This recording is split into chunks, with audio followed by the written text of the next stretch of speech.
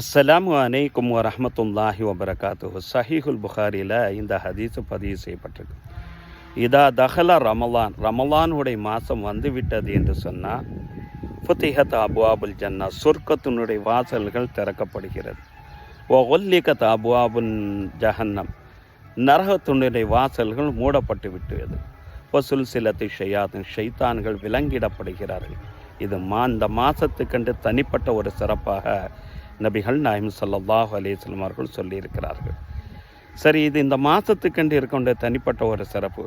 அதுக்காண்டி இந்த மாதத்தில் ஒரு மனிதன் நோன்பு வைத்தால் மட்டும் போதுமா, எல்லாத்தையும் அடைந்து விடலாமா என்று சொன்னால், ஒரு நோன்பாளி தன்னுடைய நோம்பினுடைய காலகட்டங்கள் ஐங்கால தொழுகைகளை பேணி கொள்வதன் மூலமாகவும், அல் குர்ஆன் ஷரீஃப் ஓதுவதன் மூலமாக, நல்ல சிந்தனைகள் இருப்பதன் மூலமாகவும், இறை சிந்தனைகளில் ஈடுபடுவதன் மூலமாகவும் சொர்க்கத்தினுடைய வாசலை அவர் திறக்க முடியும். இந்த ரமலானுடைய மாதத்தில் நரகத்தினுடைய வாசல்களை மூட முடியும்.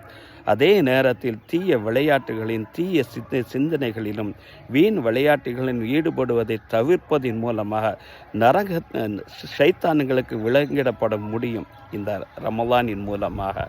அவ்வாறு இருந்தால் ஒவ்வொரு நோன்பாளிகளுக்கும் சொர்க்கத்தினுடைய வாசல்கள் திறக்கப்படும், நரகத்தினுடைய வாயில்கள் மூடப்படும், ஷைத்தான்கள் விலங்கிடப்படுவார்கள் என்பது இந்த ஹதீஸின் கருத்து.